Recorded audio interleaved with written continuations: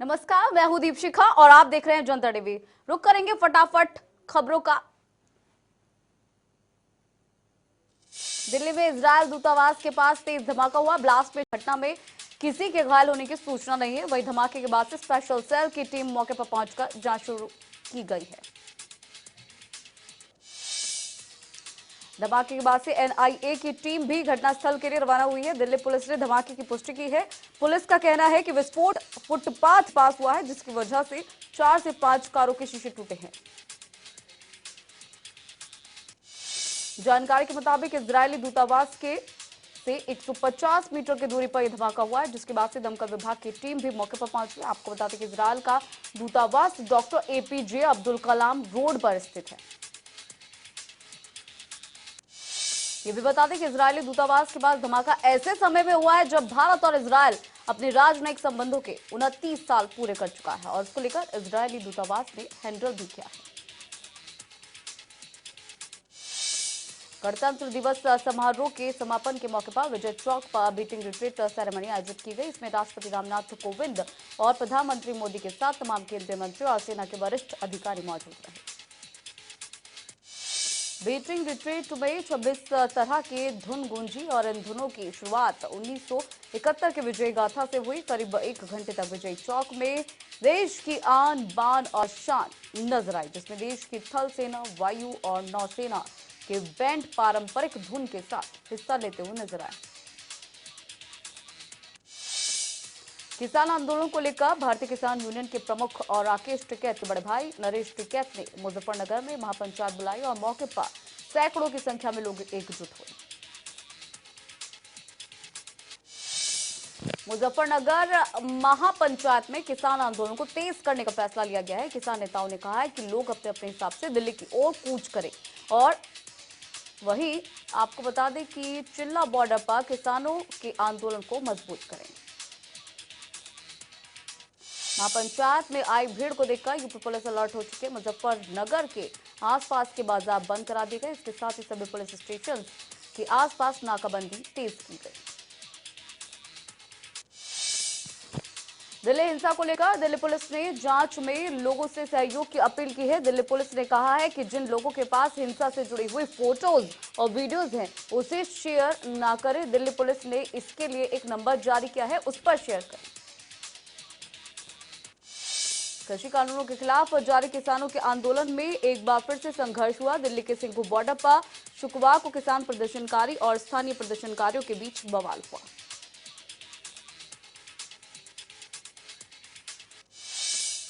दोनों गुटों के बीच पत्थरबाजी हुई और एक दूसरे पर हमला भी किया गया। स्थानीय प्रदर्शनकारी शुक्रवार सुबह से ही किसान आंदोलन के खिलाफ प्रदर्शन कर रहे थे और ये धरना स्थल खाली करने की मांग कर रहे थे। दोनों गुटों में जारी संघर्ष और पत्थरबाजी के दौरान पुलिस ने भी लाठीचार्ज किया और प्रदर्शनकारियों को रोकने की कोशिश की गई। हालांकि इस बवाल के बीच कई लोग और पुलिसकर्मियों के घायल होने की खबर है। गौरतलब है कि शुक्रवार की सुबह ही दिल्ली के सिंघू बॉर्डर पर बड़ी संख्या में लोग किसान प्रदर्शनकारियों के खिलाफ प्रदर्शन करने आए थे। सिंघू बॉर्डर पर भारी संख्या में पुलिस बल तैनात किया गया है। पुलिस ट्रेन लेकर सिंघू बॉर्डर पर पहुंची है। गाजीपुर बॉर्डर को खाली कराने के आदेश के बाद से एक बार फिर से सीमा पर सुरक्षा पुख्ता की गई है। दूसरे दिन भी भारी पुलिस बल तैनात किया गया। गाजीपुर बॉर्डर पर किसानों के आंदोलन ने एक बार फिर से दम भर लिया है। दरअसल किसान नेता राकेश टिकैत के ऐलान के बाद से सैकड़ों की संख्या में किसान देर रात गाजीपुर बॉर्डर पहुंचे। पंचायत से पहले राकेश टिकैत ने बड़ा बयान दिया है। राकेश टिकैत ने कहा है कि हम यही रहेंगे। यूपी सरकार से मांग की है प्रदर्शन स्थल पर सुविधाएं दी जाए। हम गिरफ्तारी नहीं देंगे, सरकार से बात करेंगे। गाजीपुर बॉर्डर पर आंदोलन कर रहे राकेश टिकैत को आम आदमी पार्टी का समर्थन मिला है। शुक्रवार सुबह दिल्ली के deputy CM Manish Sisodia Ghazipur border पहुंचे। डिप्टी सीएम मनीष सिसोदिया के साथ दिल्ली के स्वास्थ्य मंत्री सत्येंद्र जैन और विधायक राघव चड्ढा भी मौजूद रहे।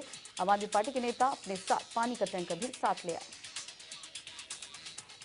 वहीं मौके पर मनीष सिसोदिया ने कहा कि इंटरनेट से या फिर इन कानूनों से लोगों का पेट नहीं भरेगा, वो रोटी से ही भरेगा। किसान की पगड़ी उछालने की कोशिश की जा रही है, हम किसानों के साथ हैं। राकेश टिकैत को लगातार ही नेताओं का समर्थन मिल रहा है। राष्ट्रीय लोक दल के नेता जयंत चौधरी शुक्रवार सुबह बीकेयू प्रवक्ता राकेश टिकैत और अन्य किसानों से मिलने के लिए गाजीपुर बॉर्डर पहुंचे। इस दौरान जयंत चौधरी ने कहा कि सरकार को किसानों की आवाज सुननी चाहिए, उनकी मांगे माननी चाहिए। उन्होंने ये भी कहा कि प्रधानमंत्री सब विषयों पर बोलते हैं, किसान के बारे में भी बोल दें। जयंत चौधरी ने कहा कि वो किसानों के साथ खड़े हैं और हमेशा खड़े रहेंगे। किसान देश का अन्नदाता है, सरकार बल प्रयोग से किसानों की आवाज नहीं दबा सकती। किसान आंदोलन को लेकर कांग्रेस नेता राहुल गांधी ने प्रेस कॉन्फ्रेंस की है। इस दौरान राहुल ने केंद्र सरकार पर जमकर निशाना साधा है। उन्होंने कहा है कि केंद्र सरकार किसानों के आंदोलन को कुचल रही है। राहुल गांधी ने कहा है कि किसानों के आंदोलन को खत्म करने के लिए किसानों को पीटा जा रहा है, उन्हें डराया जा रहा है। राहुल गांधी ने भी कहा कि तीनों कृषि कानून कृषि व्यवस्था को खत्म कर देंगे। राहुल गांधी ने कृषि कानूनों के खामियां बताते हुए कहा है कि कृषि कानूनों से मंडी व्यवस्था और कृषि व्यवस्था खत्म हो जाएगी। पूरी तरह से क्रिमिनल एक्ट है, तीनों कृषि कानूनों को वापस लिया जाना चाहिए। लाल किले पर हुई हिंसा के सवाल पर राहुल गांधी ने कहा कि कुछ आंदोलनकारियों को जिसने भी लाल किले में जाने दिया, ये गृह मंत्री को बताना चाहिए इसके पीछे क्या आइडिया रहा है। वहीं प्रियंका गांधी वाड्रा ने आरोप लगाया है कि और कहा है कि किसानों को धमकाया जा रहा है। जो लोग अन्नदाताओं को तोड़ना चाहते हैं वो दोषी हैं। वहीं इस आंदोलन के बढ़ते स्वरूप को देखते हुए दिल्ली पुलिस ने कई रूट्स को बंद किया है। इसमें दिल्ली को गाजियाबाद से जोड़ने वाली NH-24 शामिल है। ट्रैफिक पुलिस की ओर से जारी एडवाइजरी के मुताबिक NH-24 गाजीपुर बॉर्डर आने और जाने वाले मार्ग को बंद किया गया है। ट्रैफिक को DND और आनंद विहार की ओर डायवर्ट किया गया है। गौरतलब है कि बीती शाम जब गाजीपुर बॉर्डर को खाली करने के आदेश आए तो राकेश टिकैत मीडिया से बातचीत करते हुए भावुक हो पड़े और अपने गांव के किसानों को आने का आह्वान किया। राकेश टिकैत ने रोते हुए कहा कि अगर तीनों कृषि कानून वापस नहीं होते तो मैं आत्महत्या कर लूंगा। उन्होंने ये भी कहा कि मुझे कुछ भी हुआ तो प्रशासन जिम्मेदार होगा। गणतंत्र दिवस के दिन किसानों की ट्रैक्टर परेड के दौरान लाल किला के साथ अन्य स्थानों पर हुई हिंसा के मामले में देशद्रोह और UAPA के तहत केस दर्ज किया गया है और इसकी जांच दिल्ली पुलिस के स्पेशल सेल को सौंपी गई है। स्पेशल सेल के बड़े अधिकारियों के मुताबिक UAPA के तहत जो भी केस दर्ज किए गए हैं उनमें IPO के साथ सभी जगह जो हिंसा हुई है उसकी जांच की जाएगी। हिंसा मामले में पुलिस ने अब तक 33 FIR दर्ज किए हैं। 44 लोगों के खिलाफ लुकआउट नोटिस जारी किया गया है। लुकआउट नोटिस जिन्हें जारी किया गया है उनमें कई किसान नेता भी शामिल हैं। लुकआउट नोटिस में जिन जिन किसान नेताओं के नाम है उनकी मुसीबत अब बढ़ने वाली है। किसान नेता अब देश छोड़कर बाहर नहीं जा सकते हैं, उनके देश में ही रहना पड़ेगा। लाल किले में मचे उत्पात को लेकर निशाने पर आए पंजाबी एक्टर दीप सिद्धू की और एक और वीडियो जारी हुई है। इसमें उन्होंने कहा है कि उनके खिलाफ जो लुकआउट नोटिस जारी हुआ है उसकी जांच में वो जरूर शामिल होंगे। दीप सिद्धू ने अपने वीडियो में कहा है कि मैंने कुछ गलत नहीं किया, कुछ भी छुपाने के लिए नहीं है। हालांकि दीप सिद्धू ने भी कहा है कि उन्हें 1-2 दिन का वक्त जरूर चाहिए ताकि वो सच निकाल सकें।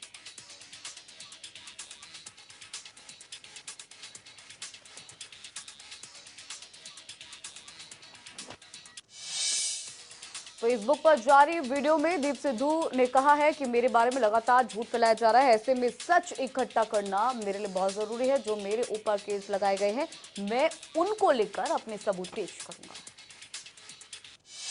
किसान आंदोलन के बीच समाजसेवी अन्ना हजारे केंद्र सरकार के खिलाफ 30 जनवरी से आमरण अनशन शुरू करने जा रहे हैं। अन्ना हजारे का कहना है कि 2018 से केंद्र सरकार से वो विनती कर रहे हैं कि स्वामीनाथन आयोग की सिफारिश लागू की जाए।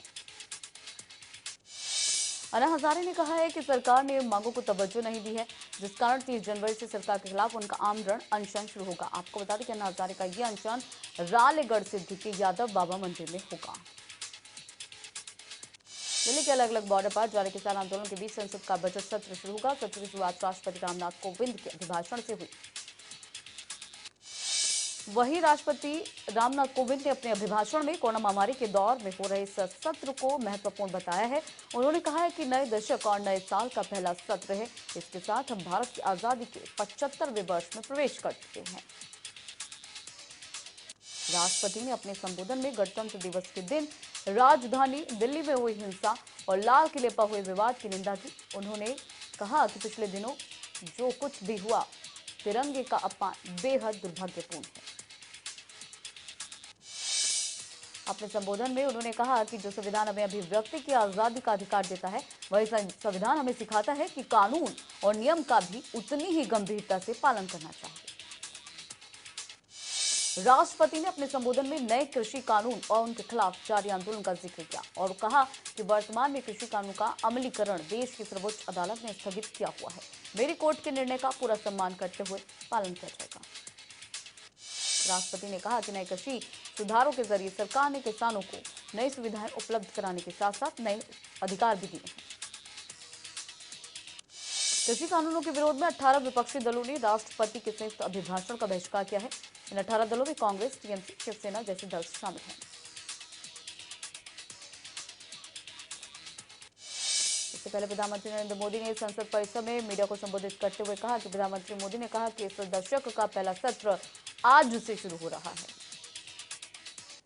सीएम ने कहा कि भारत के उज्जवल भविष्य के लिए यह दशक बहुत ही महत्वपूर्ण है और इसलिए प्रारंभ से ही आजादी के दीवानों ने जो भी सपने देखे थे, उन सपनों को पूरा करने के लिए राष्ट्र के सामने एक सुनहरा अवसर है। मोदी ने कहा कि भारत के इतिहास में पहली बार ऐसा हुआ है। 2020 में एक नहीं बल्कि वित्त मंत्री को भी अलग अलग पैकेज के रूप में एक प्रकार से 4-5 मिनी बजट देने पड़े हैं। यानी 2020 में एक प्रकार से मिनी बजट का सिलसिला चलता ही रहा है। सीएम ने कहा कि इस सत्र का भरपूर उपयोग हो, इसीलिए सत्र में इस पूरे दशक को ध्यान में रखते हुए चर्चाएं हो और सभी प्रकार के विचारों की प्रस्तुति भी होनी चाहिए। उत्तम मंथन से ही उत्तम अमृत प्राप्त होगा। भारत सरकार ने कहा है कि अंतर्राष्ट्रीय उड़ानों पर लगा प्रतिबंध 28 फरवरी तक जारी रहेगा और कोरोना काल के नए स्ट्रेन खतरे और यूरोपीय देश में बढ़ते मामलों के बीच ये कदम उठाया गया है। दिल्ली में जनवरी की ठंड अपना रंग दिखा रही है। शुक्रवार को राजधानी में न्यूनतम तापमान में रिकॉर्ड में गिरावट दर्ज की गई है और आने वाले कुछ और दिनों में भी शीतलहर से राहत मिलने की संभावना अभी कम नजर आ रही है। उत्तर प्रदेश के पूर्व मुख्यमंत्री अखिलेश यादव ने ट्वीट करके सरकार पर निशाना साधा है। उन्होंने लिखा है कि आज जिस तरह से बीजेपी सरकार बल का इस्तेमाल कर रही है, किसानों के आंदोलन को कुचल रही है, उससे किसानों के साथ साथ हर सच्चे भारतीय की आत्मा रो रही है। बीजेपी पर हमला बोलते हुए बीएसपी अध्यक्ष मायावती ने ट्वीट करके कहा कि गणतंत्र दिवस के दिन हुए दंगे की आड़ में निर्दोष किसान नेताओं को बलि का बकरा न बनाएं। यूपी में वैक्सीनेशन के पहले चरण के तीसरे हिस्से में स्वास्थ्य कर्मियों को कोरोना से बचाव के लिए वैक्सीन लगाई जा रही है। वाराणसी में कॉरिडोर के लिए की जा रही खुदाई के दौरान कई शिवलिंग मिले हैं, जिसके बाद से खुदाई का काम रोक दिया गया है। तो वहीं शिवलिंग मिलने के बाद से ज्यादा जानकारी के लिए पुरातत्व विभाग को भी बुलाया गया है। मथुरा में बेखौफ बदमाशों ने हथियार के बल पर एक व्यापारी से मारपीट कर लूट की है। घटना की सूचना मिलने पर पुलिस ने इस युवक को इलाज के लिए पास के अस्पताल में भर्ती कराया गया है। फर्रुखाबाद में 3 महीने से लापता बच्चे के नहीं मिलने से परेशान परिजनों ने पुलिस प्रशासन पर आरोप लगाया है, जिसके बाद से पुलिस अधिकारी ने उन्हें जल्द कार्रवाई का आश्वासन दिया है। किसान आंदोलन के बीच हरियाणा सरकार ने प्रदेश के कई जिलों में इंटरनेट सर्विस बंद की है। इसमें अंबाला, रोहतक, करनाल के साथ कई जिले शामिल हैं, जहां वॉइस कॉल को छोड़कर इंटरनेट सेवा 30 जनवरी शाम 5 बजे तक के लिए बंद रहेगी। हरियाणा के पूर्व सीएम भूपेंद्र सिंह हुड्डा ने कलानौर में सतजिंदा कल्याणा कॉलेज के गोल्डन जुबली कार्यक्रम में शिरकत की और इस दौरान उन्होंने किसान आंदोलन का समर्थन करते हुए कहा कि सरकार को किसानों की मांगे माननी चाहिए।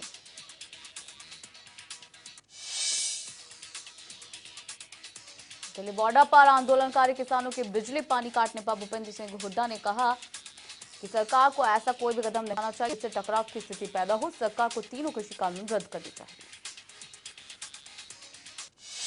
अभय चौटाला ने इस्तीफे पर प्रतिक्रिया देते हुए भूपेंद्र सिंह हुड्डा ने कहा कि विरोध जताने की असल जगह असेंबली थी। अगर विरोध जताना ही था तो अभय चौटाला वहां विरोध जताते। इंसो के राष्ट्रीय अध्यक्ष दिग्विजय चौटाला राकेश टिकैत को समर्थन करते हुए नजर आए और कहते हुए नजर आए कि राकेश टिकैत का परिवार हमेशा से किसानों का सच्चा हितैषी रहा है। उन्हें देशद्रोही कहना बहुत ही गलत बात है। दिग्विजय चौटाला ने कहा कि राकेश टिकैत पर लगाए जा रहे सभी आरोपों पर सरकार को पुनर्विचार करना चाहिए। उन्होंने कहा है कि पकड़ना है तो गुरनाम सिंह चडूरी जैसे लोगों को पकड़ना चाहिए जिन्होंने लोगों को बरगलाया। चंडीगढ़ में इंसो नेता अभय चौटाला ने राकेश टिकैत का समर्थन करते हुए कहा कि गाजीपुर बॉर्डर पर किसानों का अपमान हुआ है। उन्होंने हरियाणा वासियों का किसानों का समर्थन करना चाहिए। अभय चौटाला ने हरियाणा वासियों से अपील करते हुए कहा है कि किसानों के ऊपर बड़ा संकट है। ऐसे में हरियाणा के लोगों को जिम्मेदारी है कि दिल्ली बॉर्डर पर पहुंचकर किसानों को मजबूत किया जाए। चौकीदारी में फोगाट खाप प्रधान बलवंत नंबरदार की अध्यक्षता में सर्वजातीय पंचायत बुलाई गई है। इसमें फोगाट खाप ने बीजेपी और जेजेपी नेताओं का सामाजिक बहिष्कार करने का ऐलान किया। किसान नेता राकेश टिकैत के समर्थन में जींद में कंडेला खाप की पंचायत से ऐलान किया गया कि हर घर से एक व्यक्ति और गांव के ट्रैक्टर दिल्ली की सीमा पर जाएंगे। कंडेला खाप की पंचायत ने कहा कि किसानों का अपमान बर्दाश्त नहीं किया जाएगा। इसके साथ ही कंडेला खाप ने सरकार से मांग करते हुए कहा है कि किसानों पर जो भी केस दर्ज किए गए हैं उन सभी केस को वापस लिया जाए। गाजीपुर बॉर्डर पर राकेश टिकैत के ऐलान के बाद से जींद से कई किसानों का जत्था ट्रैक्टर्स के साथ गाजीपुर बॉर्डर के लिए रवाना हुआ है। भारी संख्या में रवाना हुए किसानों की वजह जींद चंडीगढ़ मार्ग पर देखने को मिला। किसान नेता राकेश टिकैत के समर्थन में मुहिम से भी कई गांव के किसानों ने गाजीपुर बॉर्डर की तरफ कूच किया और आंदोलन को आगे बढ़ाने की रणनीति बनाई। राकेश टिकैत के समर्थन में चरखी दादरी की फोगाट खाप ने इमरजेंसी मीटिंग बुलाकर डीसी को सौंपा ज्ञापन और पंचायत में दिल्ली कूच करने के साथ कई फैसले लिए। फतेहाबाद के गांव ढाड़ी इस्सर से किसानों का जत्था दिल्ली के गाजीपुर बॉर्डर के लिए रवाना हुआ। इस दौरान किसानों ने जमकर नारेबाजी करते हुए कहा दिल्ली के विभिन्न बॉर्डर्स पर पहुंचकर किसान आंदोलन को मजबूत करेंगे। फतेहाबाद में किसानों के समर्थन में बार एसोसिएशन ने पैदल मार्च निकाला और नारेबाजी करते हुए कहा कि अगर सरकार किसानों की समस्या का हल नहीं करती है तो वकील अनिश्चितकालीन हड़ताल करेंगे। पानीपत के टोल प्लाजा पर एक बार फिर से किसानों का धरना प्रदर्शन और लंगर सेवा शुरू हो चुकी है। आपको बता दें कि इससे पहले प्रशासन ने दिल्ली हिंसा के बाद से वहां से धरना और लंगर सेवा बंद करा दी। महेंद्रगढ़ में पीडब्ल्यूडी मैकेनिकल वर्कर्स यूनियन के सदस्यों ने मीटिंग की है जिसमें कर्मचारियों की समस्याओं पर चर्चा की गई है। इस दौरान कर्मचारियों ने कहा है कि अगर उनकी मांगों पर ध्यान नहीं दिया गया तो कर्मचारी आंदोलन के लिए मजबूर होंगे।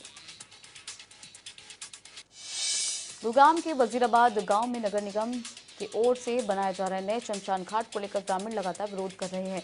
ग्रामीणों का आरोप है कि शमशान घाट बनने पर उनको परेशानी उठानी पड़ेगी। भिवानी के नए पुलिस अधीक्षक अजीत सिंह ने कार्यभार संभालने के बाद प्रेस कॉन्फ्रेंस की जिसमें उन्होंने कहा है कि उनकी प्राथमिकता जिले के अनसुलझे मामलों को सुलझाना और क्राइम को रोकना होगा। हरियाणा सरकार ने डॉक्टर ऋषिराज वशिष्ठ को इंडियन मेडिकल काउंसिल हरियाणा का चेयरमैन नियुक्त किया। हरियाणा सरकार ने 6वीं से लेकर 8वीं तक की कक्षाओं को खोलने का फैसला लिया है। 1 फरवरी से 6वीं से 8वीं तक की कक्षाएं शुरू होंगी। आपको बता दें कि 9वीं से 12वीं तक के स्कूल पहले से ही खोले जा चुके हैं। भूमि पेंशन योजना का बेसहारा और बुजुर्ग लोगों को जमकर लाभ मिल रहा है और इसी की जानकारी देते हुए समाज कल्याण अधिकारी ने बताया कि जिले में सभी वर्गों में तकरीबन 86,000 लोग पेंशन योजना का लाभ उठा रहे हैं। सिरसा में कोरोना वैक्सीनेशन के तहत पंजीकृत स्वास्थ्य कर्मियों को वैक्सीन की पहली डोज लगाई गई। आपको बता दें कि सिरसा में अब तक 3,961 से ज्यादा स्वास्थ्य कर्मियों को वैक्सीन दी जा चुकी है। दीप सिद्धू के खिलाफ बोलने वाले पंजाबी एक्ट्रेस सोनिया मान को जान से मारने की धमकी मिली है। आपको बता दें कि सोनिया मान ने लाल किले की घटना पर दीप सिद्धू को जिम्मेदार ठहराया था। वहीं सोनिया मान पंजाब के किसान नेता बलदेव सिंह मान की बेटी हैं। ये भी बता दें कि बलदेव सिंह मान 1990 में उनकी गोली मारकर हत्या कर दी गई थी और इसी तरह से गोली मारकर जान से मारने की धमकी इन्हें भी दी जा रही है। चौकीदारी में महेंद्रगढ़ चौक के पास ट्रक की टक्कर से बाइक सवार 2 चचेरी बहनों की मौत हो गई जबकि बाइक का चालक गंभीर रूप से घायल हुआ है। तो वहीं हादसे के बाद से ट्रक चालक मौके से फरार है। पुलिस अब मामले की जांच में जुट गई है। गुरुग्राम पुलिस ने 20 जनवरी को सेक्टर 33 में मिले युवक के शव मामले में बड़ा खुलासा किया। पुलिस के मुताबिक युवक की हत्या उसके दोस्त ने शराब के नशे में की थी। पुलिस ने आरोपी युवक को गिरफ्तार किया है। पिहोवा के हरिगढ़ भोरक गांव में सरेआम एक युवक की हत्या का मामला सामने आया, जहां कुछ अज्ञात बदमाशों ने पीट कर एक युवक की हत्या कर दी और मौके से फरार हो गए। फिलहाल पुलिस इस पूरे मामले की जांच में जुट चुकी है। हिमाचल प्रदेश में करीब 2.5 महीने के बाद से बुधवार से दोबारा ही स्कूलों में शिक्षक लौट आए हैं। ये भी बता दें कि इससे पहले नवंबर में कुछ दिन के लिए स्कूल खुलने पर शिक्षकों को बुलाया गया था। कोरोना की वजह से हिमाचल में स्कूल्स को एक बार फिर से बंद किया गया था। अब ऐसे में सरकार ने गर्मी की छुट्टियों वाले स्कूल्स में दोबारा से नियमित कक्षाएं शुरू करने की योजना बनाई है और इसी योजना के तहत ही बुधवार से शिक्षकों ने आना भी शुरू कर दिया है। हिमाचल में पर्यटन को बढ़ावा देने के लिए अब प्रदेश में आने वाले पर्यटकों को यहां के पार्क प्रोजेक्ट्स को नजदीक से देखने का मौका मिल पाएगा। ऊर्जा विभाग ने प्रदेश के सभी पार्क प्रोजेक्ट्स को पर्यटन के साथ जोड़ने का निर्णय लिया है। पर्यटन विभाग प्रदेश आने वाले पर्यटकों को अपने सभी प्रोजेक्ट्स में ले जाकर इसके बारे में जानकारी देगा। ये भी बता दें कि विभाग ने प्रदेश के पूर्ण राज्यत्व दिवस की गोल्डन जुबली के मौके पर साल भर में होने वाले कार्यक्रमों में इस गतिविधि को शामिल किया है। जिला बिलासपुर के क्षेत्रीय हॉस्पिटल में मरीजों को मूलभूत सुविधाओं से वंचित होना पड़ रहा है। मरीजों को सीटी स्कैन कराने के लिए भी काफी दिक्कतों का सामना करना पड़ता है। बिलासपुर में मरीजों को सीटी स्कैन करवाने के लिए निजी अस्पतालों या फिर दूसरे स्थानों का रुख करके काफी पैसे खर्च करने पड़ते हैं। और यही नहीं, बिलासपुर जिला अस्पताल में गर्भवती महिलाओं को भी बैठने के लिए कोई सुविधा नहीं है। विश्व भर में कोरोना के कुल मामले 10 करोड़ 20 लाख से ज्यादा हो चुके हैं। 22 लाख से ज्यादा मरीजों की मौत हो चुकी है। विश्व भर में सबसे ज्यादा कोरोना के मरीज अमेरिका में हैं। यहां 2 करोड़ 63 लाख से ज्यादा लोग संक्रमित हुए। 4,33,000 से ज्यादा लोगों की मौत हुई। देश में कोरोना के 18,910 नए केस सामने आए। 20,000 से ज्यादा मरीज ठीक हुए। 24 घंटे में 162 लोगों की मौत हुई। भारत में कोरोना संक्रमितों की संख्या 1 करोड़ 7 लाख को पार कर चुकी है। 1 करोड़ 3 लाख से ज्यादा मरीज ठीक हुए हैं। भारत में कोरोना के मामलों में तेजी से गिरावट देखी जा रही है। केरल के अंदर नए कोरोना मामलों की संख्या सबसे ज्यादा सामने आई है। केरल के अंदर 5,700 से ज्यादा नए केस सामने आए। महाराष्ट्र में कोरोना का आंकड़ा 20,18,000 को पार कर चुका है। 50,900 से ज्यादा लोगों की मौत हुई है। तो वहीं आपको बता दें कि 19,23,000 से ज्यादा मरीज ठीक हुए।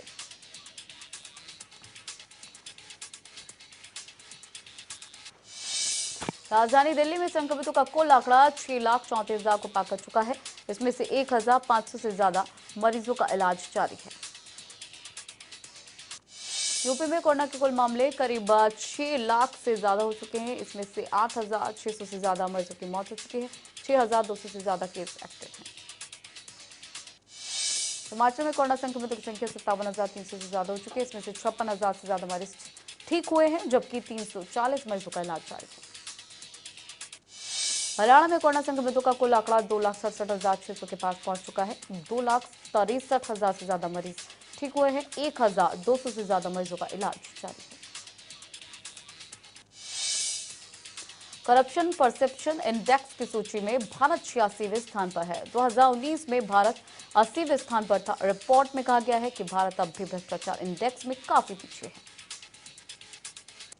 आपको बता दें कि करप्शन परसेप्शन इंडेक्स में 180 देशों में सार्वजनिक क्षेत्र में भ्रष्टाचार के स्तर को आधार बनाकर एक रैंक जारी की जाती है और 0 स्कोर वाला देश इसमें सबसे ज्यादा भ्रष्ट माना जाता है, तो वहीं 100 स्कोर वाला देश सबसे ज्यादा साफ माना जाता है।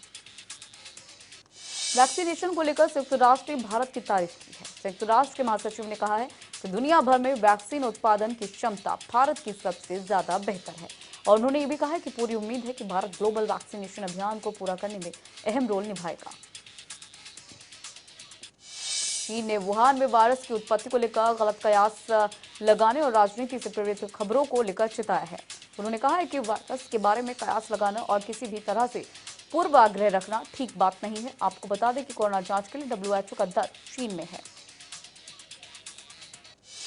ब्रिटेन में प्रकोप लगातार जारी है। देश के अंदर गुरुवार को 28,680 नए मामले दर्ज किए गए। 1,239 लोगों की कोरोना की वजह से मौत हुई। अमेरिका ने पत्रकार डैनियल पर्ल के हत्यारों को पाक सुप्रीम कोर्ट से रिहाई दिए जाने को लेकर तीखी प्रतिक्रिया जाहिर की है। अमेरिका पाकिस्तान सुप्रीम कोर्ट के फैसले से बेहद खफा है। आपको बता दें कि अहमद उमर को 2002 में अमेरिकी पत्रकार की हत्या के मामले में दोषी पाया गया था। बीसीसीआई चीफ सौरभ गांगुली कोलकाता की अपोलो हॉस्पिटल में भर्ती हैं, जहां उनकी दूसरी एंजियोप्लास्टी हुई है। और इसी बीच पश्चिम बंगाल की सीएम ममता बनर्जी गांगुली से मिलने के लिए हॉस्पिटल में पहुंची। ममता ने सौरभ गांगुली से मिलने के बाद से कहा कि वो अब ठीक है। भारतीय क्रिकेटर्स का गुरुवार को कोरोना टेस्ट हुआ, जिसमें सभी को रिपोर्ट नेगेटिव आई है। ये भी बता दें कि 5 फरवरी को भारत और इंग्लैंड के बीच 4 टेस्ट मैच की सीरीज खेली जा रही है। शुरुआती दोनों ही टेस्ट चेन्नई में होंगे। भारत और इंग्लैंड के बीच टेस्ट सीरीज को लेकर इंग्लैंड के पूर्व लेग स्पिनर मॉन्टी पनेसर ने भविष्यवाणी की है। उन्होंने कहा कि भारतीय टीम ये सीरीज 2-0 या फिर 2-1 से जीतेगी। अंपायर ब्रूस ऑक्सेनफोर्ड ने 15 साल से ज्यादा समय तक तीनों ही फॉर्मेट में अंपायरिंग करने के बाद अंतर्राष्ट्रीय क्रिकेट से संन्यास लिया है। और हाल ही में भारत और ऑस्ट्रेलिया के बीच ब्रिस्बेन में खेले गए चौथे टेस्ट में उन्होंने आखिरी बार अंपायरिंग की थी।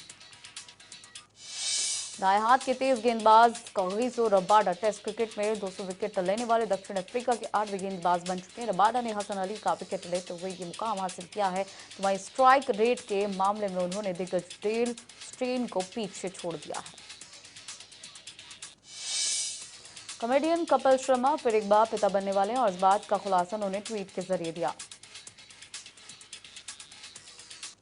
कपिल शर्मा का कॉमेडी शो बंद होने जा रहा है। हालांकि इसका कपिल शर्मा के दूसरे बेबी से लेना देना नहीं है, लेकिन ये बताया जा रहा है कि कपिल शर्मा का शो जल्द ही बंद होगा और कुछ समय के बाद अपने एक नए सीजन के साथ वापस लौटेगा।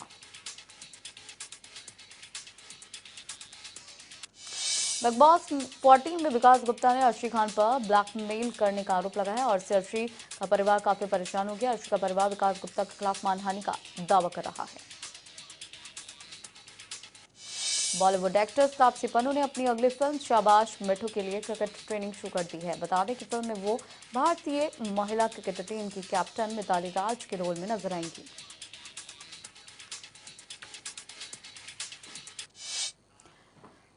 चलिए फिलहाल रुकेंगे एक छोटे से ब्रेक के लिए, लेकिन ब्रेक के बाद भी जनता टीवी पर खबरों का सिलसिला लगातार जारी रहेगा।